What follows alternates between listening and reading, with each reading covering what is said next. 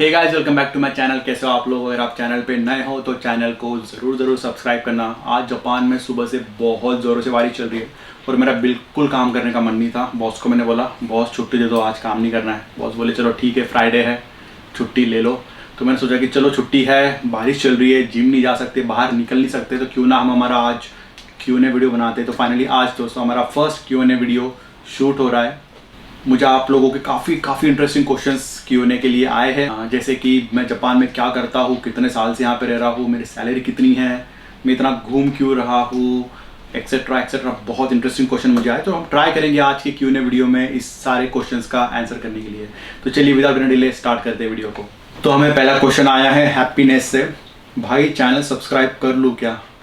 Please please please मैं request करता हूँ कि मेरे चैनल को ज़रूर सब्सक्राइब करो। अगर आप चैनल को सब्सक्राइब नहीं करोगे तो मुझे मोटिवेशन नहीं मिलेगा आपके लिए इंटरेस्टिंग वीडियो बनाने के लिए। तो मैं यही चाहता हूँ, आपसे ये रिक्वेस्ट करता हूँ कि आप चैनल को ज़रूर सब्सक्राइब करें और मेरे चैनल को सपोर्ट करें। अगला क्वेश्चन हमें आया है नयन से। वो बोल रहे हैं, हाय अंकित, आपको व्लॉग बनाने का ख्याल कैसे आया? कॉन्ग्रेचुलेशंस, आपके 31K हो चुके हैं और भी आगे बढ़ेंगे। थैंक यू नयन। तो नयन ने क्वेश्चन पूछा है कि मुझे व्लॉग बनाने का ख्याल कहाँ से आया। तो अगर आप मेरे चैनल के अबाउट सेक्शन में जाके देखोगे, मैंने चैनल खोला है 2018 में।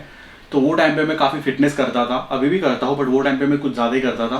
तो मुझे उस टाइम पे काफ़ी मेरे जो दोस्त वगैरह है और इंस्टाग्राम पे भी मुझे काफ़ी लोगों के ऐसे मैसेज आते थे कि यार फैट लॉस करना है बताओ, मुझे वेट गेन करना है, मुझे मसल्स बढ़ाना है, तो मुझे डाइट बताओ, वर्कआउट बताओ। तो ऐसे मुझे काफ़ी सारे क्वेश्चंस आते थे।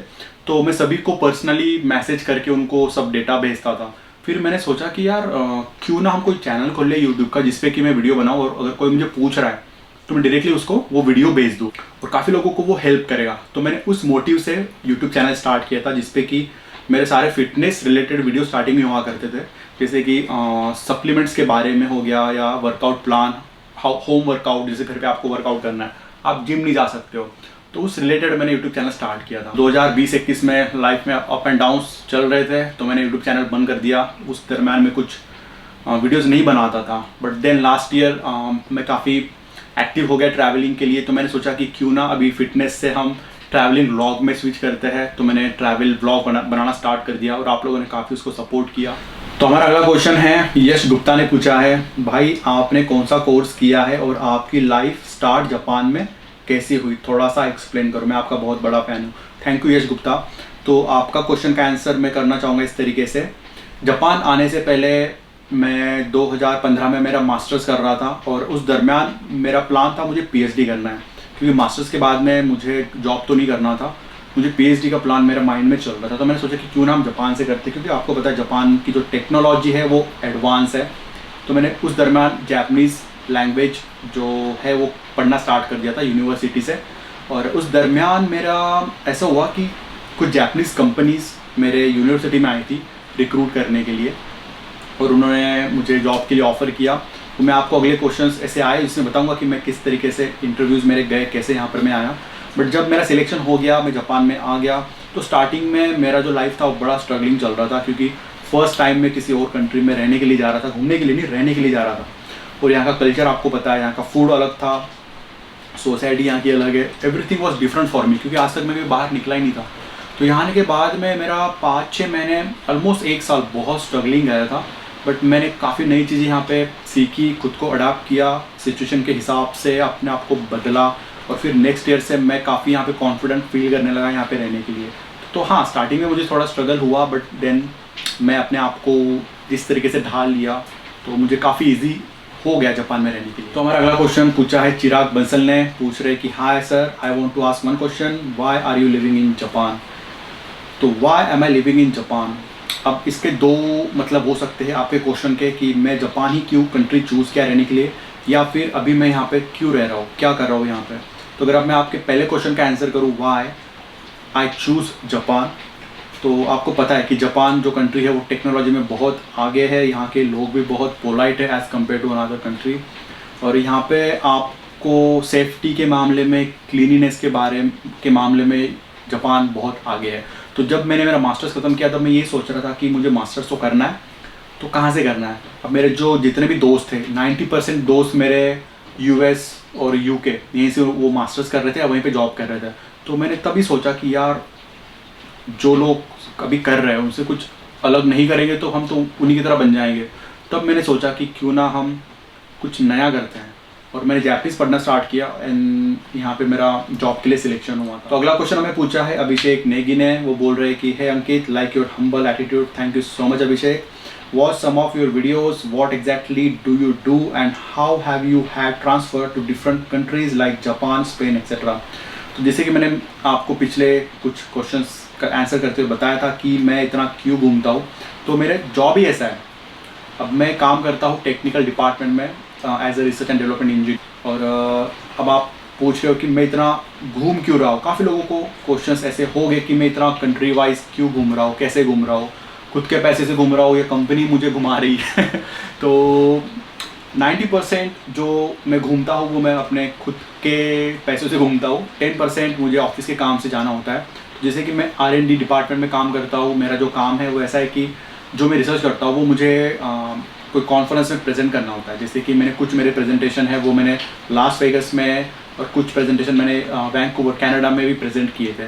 तो वो मेरी ऑफिशियल बिजनेस ट्रिप थी, तो उसमें मुझे काम ही करना होता है। उसमें इतना मैं घूम नहीं सकता हूँ। बस सैटरडे संडे अगर बीच में आता है तो वो मुझे घूमना होता है। बट उसके अलावा जो मेरी जो ट्रिप होती है वो मैं खुद से घूमता हूँ। जो भी मुझे छुट्टियाँ मिलती है उसको मैं यूटिलाइज़ करता हूँ। मेरा वर्क लाइफ बैलेंस करके जितना भी मुझे टाइम मिलता है साल में उतना मैं ट्राई करता हूँ घूमने का। अगला क्वेश्चन हमें आया है शशांक मिश्रा का। वो पूछ रहे कि bro what you do for living, is it related to travelling cause you roam around a lot. तो शशांक, जैसे कि मैंने आपको पिछले क्वेश्चन का ही आंसर किया था कि मेरा जो जॉब है वो ट्रैवल रिलेटेड बिल्कुल नहीं है। मेरा जॉब है एज ए इंजीनियर। मैं इंजीनियर हूँ और मेरा डेस्क वर्क होता है यूजुअली। और मेरा जो घूमने का जो है वो मैं टाइम निकालता हूँ जितनी छुट्टियाँ में मिलती है। अब काफ़ी लोगों को लगता होगा कि मैं बस घूमता ही हूँ, काम नहीं करता हूँ। तो मैं काम भी करता हूँ, बट जितनी मुझे छुट्टियाँ मिलती है मैं उसको प्लान करता हूँ। साल का जो मेरा होता है मैं उसको बराबर प्लानिंग करके रखता हूँ कि कब छुट्टियाँ लेनी है। क्योंकि जापान में आपको पता होगा कि यहाँ पे नेशनल हॉलीडेज़ बहुत ज़्यादा होते हैं। तो मैं ऐसे मेरे वैकेशंस रखता हूँ। और विंटर वैकेशन होते हैं यहाँ पे, समर वैकेशन भी होता है। तो मैं मेरे जो वैकेशन है वो ऐसे मैनेज करता हूँ कि मुझे थोड़ा घूमने को मिल जाए। तो हाँ, मैं काम भी करता हूँ और साथ में मेरे फ्री टाइम में घूमता भी हूँ। अगला क्वेश्चन हमें द कॉमिक इरा पूछ रहे हैं, भाई at what age did you live for Japan and did you know Japanese back then. ये बड़ा इंटरेस्टिंग क्वेश्चन है दोस्तों। मैं जापान में आया था 2016 में, और तब मेरी एज थी अराउंड 25-26। तो आप गेस कर सकते हो कि अभी मेरी एज क्या होगी। और ये पूछ रहे हैं कि did you know Japanese back then. तो जब मैं जापान आया था उसके जस्ट पहले मैंने जापानीज़ पढ़ना स्टार्ट किया था यूनिवर्सिटी से। और तब मुझे इतनी जापानीज़ नहीं आती थी। तब मैं आपको बताऊंगा कि जब जापानीज़ लैंग्वेज की लेवल होती है N5 to N1, जो N1 होती है वो बेसिक बिगनर लेवल होती है, और जो N1 होती है वो नेटिव लैंग्वेज होती है। तो मैं N5 तब पढ़ ही रहा था। जितनी मुझे पढ़ना आता था, बोलना मुझे इतना आता नहीं था, यानी फ्लुएंटली मैं बोल नहीं पाता था। तो मैंने जापानीज़ तब सीखी। बट जापान में आने के बाद में मेरी जो कंपनी उन्होंने मुझे स्पेशल 2 साल की ट्रेनिंग दी थी। यहाँ पे जापान में बहुत अच्छे इंस्टीट्यूट है जो कि आपको जापानीज़ ट्रेनिंग देते हैं, और बहुत यहाँ पे महंगा होता है। अगर इंडिया में आप 5 या 10 हज़ार में एक कोर्स कर रहे हो, यहाँ पे उसी के 1.5 से 2 लाख आपको पे करने पड़ेंगे जापानीज़ सीखने के लिए। बट मेरी कंपनी का बजट बहुत अच्छा था, बहुत ज़्यादा था। उन्होंने मुझे 2 साल तक जापानीज़ लैंग्वेज की ट्रेनिंग दी। तो हाँ, आने से पहले मुझे थोड़ी बहुत आती थी, और आने के बाद में मैंने यहाँ पे सीखा है। अशोक पाटिल पूछ रहे हैं कि पेट्रोल का रेट क्या है। तो जापान में पेट्रोल का रेट क्या है, अब मैं इतना गाड़ी यहाँ पे चलाता हूँ नहीं तो मुझे एग्जैक्टली इतना पता नहीं है। बट कभी कभी मैं पेट्रोल पंप से के साइड से अगर चल लेता हूँ तो वहाँ पे बड़े अक्षर वो बोर्ड लगा रहता है कि रेट क्या चल रहा है। तो 1-2 बार मेरी नज़र गई थी, तो उस दरम्यान आई थिंक 160-165 के आसपास यहाँ पे येन में 165 येन यहाँ पे चल रहा है पेट्रोल का रेट। तो करीब करीब अगर आप उसको INR में कन्वर्ट कर लो तो वो 100 रुपये के आसपास हो जाएगा। तो इंडिया में मुझे नहीं पता कि अभी पेट्रोल का रेट क्या चल रहा है। तो आप कमेंट करके मुझे बताओ कि इंडिया में पेट्रोल का रेट क्या चल रहा है। अगला क्वेश्चन हमारा है सुमोना दास का। वो पूछ रहे हैं कि अंकित भाई आप क्या इंडियन फूड मिस करते हो। सुमोना जी, बहुत बहुत मिस करता हूँ मैं इंडियन फूड। जब मैं जापान में आया था 2016 में, तो यहाँ आने से पहले मुझे कुकिंग आती नहीं थी। तो मेरी मॉम ने मुझे कुकिंग सिखाई थी कि राइस कैसे चढ़ाना है और रोटी कैसे बनानी है। तो यहाँ पे मैं वो सारे औजार जो होते हैं किचन के वो सारे मैं लेके आया था, बेलन और क्या क्या जो होता है वो लेके आया था यहाँ पे। और स्टार्टिंग में मैं सुबह ऑफिस जाया करता था, शाम में 10 बजे आके जिम से आके मैं खाना बनाया करता। और खाना कौन सा, हमारा इंडियन खाना, रोटी दाल चावल सब्जी। आपको पता है इसको कितना टाइम लगता है। तो मेरी स्टार्टिंग में 2-3 रोटियाँ तो जला करती थी, तो वो तो खाने लायक नहीं होती थी। तो फिर धीरे धीरे मैं सीखा रोटियाँ बनाना। चावल जब फर्स्ट टाइम बनाए थे तो वो पूरा जल चुका था, और जब फर्स्ट टाइम मैंने कुकर लगाया था यहाँ पे, तो उसकी जो सीटी होती है मुझे पता नहीं था कि ऐसे बजती है, तो मैं डर गया था कि कुकर ना फट जाए। तो काफ़ी इंटरेस्टिंग किस्से मेरे साथ हुए थे जब मैं जापान में इंडियन कुकिंग करता था। बट धीरे धीरे फिर मेरा जो स्केड्यूल है इतना बिजी हो गया, तो मैं खाना टाइम नहीं मिलता था मुझे खाना बनाने के लिए। तो मैंने फिर धीरे धीरे मेरा जो खाना है वो स्विच किया जापानीज़ फूड पे।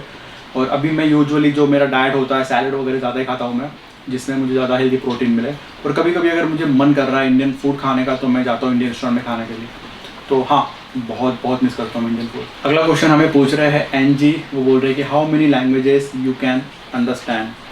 तो अब जैसे मैं इंडिया से हूँ, महाराष्ट्र से हूँ, तो मुझे मराठी आती है, मुझे हिंदी आती है, उसके बाद इंग्लिश तो सभी को, सारे इंडियंस को आती है। उसके बाद मैंने जापानीज़ सीखी है, तो अच्छी खासी मैं जापानीज़ भी बोल लेता हूँ। और लास्ट ईयर मैं स्पेन गया था, तो वहाँ भी मैंने 1 साल स्पेनिश सीखी है, तो मैं बिगिनर स्पेनिश भी बोल लेता हूँ। और आई थिंक 3-4 साल पहले मैं, पता नहीं मुझे क्या कीड़ा लग गया था, मुझे रशियन सीखनी थी। क्योंकि एक बार मैं ट्रेन में बैठा था और कुछ रशियन बंदे ट्रेन में आए थे, और वो मुझे डायरेक्शन पूछ रहे थे ट्रेन का। तो उनको मैंने ट्रेन में बात की उनसे, उनको डायरेक्शन वगैरह बताया। और फिर उनसे जब बात हुई तो मुझे लगा कि वो रशियन में बात कर रहे थे, और पता नहीं सुन के मुझे बहुत अच्छा लगा। तो मैं सोचा कि क्यों ना यार खाली टाइम में रशियन पढ़ना स्टार्ट करते। तो मैंने तब रशियन पढ़ना स्टार्ट की थी। तो मैं अच्छी खासी तो नहीं, बट बिगिनर लेवल पे रशियन बोल लेता हूँ। हमारा अगला क्वेश्चन है कुंवर सागर सिंह का। वो पूछ रहे कि just saw your Japanese home tour video, why do you wear black thread on your left leg. नज़र तो काफ़ी तेज़ है आपकी, ध्यान चले गया आपका। तो जो काला धागा मैं मेरे पैर पे बांधता हूँ, वो मैंने नहीं बांधा है, वो मेरी बहन ने बांधा है, मेरी छोटी बहन ने। तो आपको बहन होगी, आपको पता है कि आपकी छोटी बहन आपका कितना केयर करती है, आपसे कितना प्यार करती है। तो वैसे ही मेरी बहन भी मुझसे बड़ा प्यार करती है, वो चाहती है कि मुझे किसी की नज़र ना लगे। तो जब भी मैं इंडिया जाता हूँ, वो एक धागा मुझे बांधती है, और जब नेक्स्ट टाइम जाता हूँ वो उसको चेंज करती है, ताकि मुझे किसी की नज़र ना लगे। अगला क्वेश्चन हमारा है वाईटी शॉर्ट्स का। वो पूछ रहे हैं कि क्या बिना प्रोटीन लिए आपकी जैसी बॉडी बन सकती है क्या, प्लीज़ भैया हेल्प में। तो वाईटी शॉर्ट में आपको एक ही रिकमेंड करूँगा कि प्रोटीन बॉडी को ज़रूरी होता है। अगर आप जनरल लाइफ जी रहे हो, आपको आपकी स्किन अच्छी रखना है, आपको आपके बाल हेल्दी रखना है, तो आपको प्रोटीन तो खाना पड़ेगा। अब हमारे इंडियन डाइट में इतना प्रोटीन हमें नहीं मिलता है, बट अगर आप ट्राई करो 60 से 70 ग्राम डेली प्रोटीन खाने का, तो आपकी बॉडी अच्छी रहेगी। अगर आपको बॉडी बनाना है, अगर आपको मसल्स ग्रो करना है, तो आपको प्रोटीन उससे थोड़ा ज़्यादा खाना पड़ेगा, अराउंड 100 से 150 ग्राम के करीब आपके बॉडी स्ट्रक्चर के हिसाब से। अब मैं दिन में खाता हूँ दोस्तों 250 से 300 ग्राम प्रोटीन, क्योंकि मुझे उसकी ज़रूरत है, मुझे जो मेरा मसल है वो मेंटेन करना होता है। तो आपका बॉडी स्ट्रक्चर मुझे नहीं पता कितना है अभी, और आपका गोल क्या है, बट मैं आपको रिकमेंड करूँगा कि आप 100 से 150 ग्राम प्रोटीन रोज़ खाया करो। हमारा अगला क्वेश्चन है द रिटार्डेड गाय से। वो पूछ रहे कि bro what type of engineer you are, I mean computer science और मैकेनिकल और समथिंग एल्स। तो इसका आंसर मैं करूँगा कि मैं इनमें से सब कुछ हूँ, आई एम एवरीथिंग। मैं कंप्यूटर इंजीनियर भी हूँ, मैं मैकेनिकल इंजीनियर भी हूँ, मैं इलेक्ट्रिकल इंजीनियर भी हूँ, मैं इलेक्ट्रॉनिक्स इंजीनियर भी हूँ। तो मैंने मेरा जो बैचलर है वो कंप्यूटर टेक्नोलॉजी में किया है, सॉफ्टवेयर इंजीनियरिंग से। उसके बाद जो मेरा मास्टर्स मैंने किया है वो मेरा है मैकेनिकल मैकेट्रॉनिक्स इंजीनियरिंग से। अब आपको ये ब्रांच पता होंगी मैकेट्रॉनिक्स, काफ़ी लोगों को नहीं पता होगी, तो मैं थोड़ा एक्सप्लेन करता हूँ इसको। मैकेट्रॉनिक्स यानी मैकेट्रॉनिक्स, आप इसको ब्रेक कर लो, मैकेट्रॉनिक्स। तो मैका यानी मैकेनिकल, ट्रॉनिक्स बोलो तो इलेक्ट्रॉनिक्स। तो ये मिक्स हाइब्रिड ब्रांच है, जिसमें कि मैकेनिकल हो गया, इलेक्ट्रॉनिक्स हो गया, इलेक्ट्रिकल हो गया, कंप्यूटर साइंस हो गया, मिक्स ब्रांच है। तो ये इसमें मैंने मास्टर्स किया था, और इंडिया में ये बहुत कम कॉलेजेस में, कम यूनिवर्सिटीज़ में ये ब्रांच होती है, और जिसमें कि मैंने ये मास्टर्स किया हुआ है। तो आप बोल सकते हो कि मैं कंप्यूटर इंजीनियर भी हूँ, मैं मैकेनिकल इंजीनियर भी हूँ। हमारा अगला क्वेश्चन है निशा शर्मा का। वो पूछ रही है hi Ankit, nice to see such clean house of boy, thank you so much. What do you do in Japan, which city of Japan, be bless.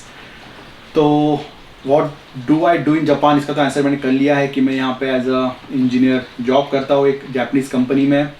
Which city of Japan, अब मैं रहता हूँ, अभी फ़िलहाल मैं टोक्यो में रहता हूँ, बट जब मैं जापान आया था तब मैं टोक्यो में रहता था। इताबाशी को बोल के यहाँ पे एक सिटी है, वहाँ पे मैं रहता था। वार्ड एक टोक्यो में एक वार्ड है इताबाशी को बोल के, और उसके बाद में फिर 2 साल में वहाँ रहा। Then I move to Yokohama. Yokohama एक सिटी है टोक्यो के जैसे, टोक्यो की लगकर एक सिटी योकोहामा, बहुत ब्यूटीफुल सिटी है। वहाँ पे मैं रहता था। और रिसेंटली अभी मैं फिर से टोक्यो में शिफ्ट हुआ। अगर आपने मेरे रिसेंटली कुछ मूव आउट के वीडियोस देखे होंगे तो अभी मैं टोक्यो में रहता हूँ। अगला क्वेश्चन हमारा है मोबी गेमर्स का। वो पूछ रहे कि how you learn Japanese, please tell. तो मोबी गेमर्स, मैंने काफ़ी अलग अलग तरीके से जापनीज सीखी है। मैं जब, जैसे मैंने आपको बताया मेरे पिछले कुछ क्वेश्चंस का जो आंसर किया मैंने आपको, मैं जब जापान आने की तैयारी कर रहा था तो मुझे पता था कि जापान आने के लिए जापनीज़ आना ज़रूरी है। तो मैंने यूनिवर्सिटी से मैंने प्लान किया कि सीखना है जापनीज़, बट मुझे पता नहीं था कि कहाँ से सीखना है। और लकीली मुझे पता चला कि पुणे में जो इंस्टीट्यूट है, फॉरेन लैंग्वेज डिपार्टमेंट है पुणे यूनिवर्सिटी में, जिसको बोलते हैं रानडे इंस्टीट्यूट, वहाँ से मैंने मुझे पता चला कि वहाँ पे जापनीज़ पढ़ाते हैं। वहाँ पे और भी लैंग्वेज जैसे कि जर्मन होगी, रशियन होगी और फ्रेंच और शायद चाइनीज़ भी है, मुझे नहीं पता और कौन सी लैंग्वेज वहाँ पे पढ़ाते हैं। तो वहाँ पे मेरे फ्री टाइम में मैं जापनीज़ पढ़ता था। और उसके बाद में फिर मैंने सेल्फ स्टडी भी करता था। मैंने काफ़ी सारे चार्ट्स बना लिए थे जापनीज़ के, जो हमारे वर्ड्स होते हैं, ग्रामर होता है। उसके बाद में कांजी, आपको पता होगा हिरागाना काताकाना कांजी, ये स्क्रिप्ट है जापनीज़ की, उसके मैंने काफ़ी सारे चार्ट्स बना लिए थे। वो मैंने सारे मेरे दीवार पे सारे चिपका दिए थे। मेरे जो रूममेट थे वो मेरे रूम में आने के लिए घबराते थे कि भाई ये रूम में क्या इसने जगा दिया, ये कौन सी लैंग्वेज इसने यहाँ पे चिपका दी। और मैं खुद से भी पढ़ाई करता था, तो कुछ आर्टिकल अगर मैं पढ़ रहा हूँ जापनीज़ में तो मेरे रूममेट्स दरवाज़ा बाहर से लगा के निकल जाते थे, क्योंकि उनको वो सुन के अजीब सा लगता था।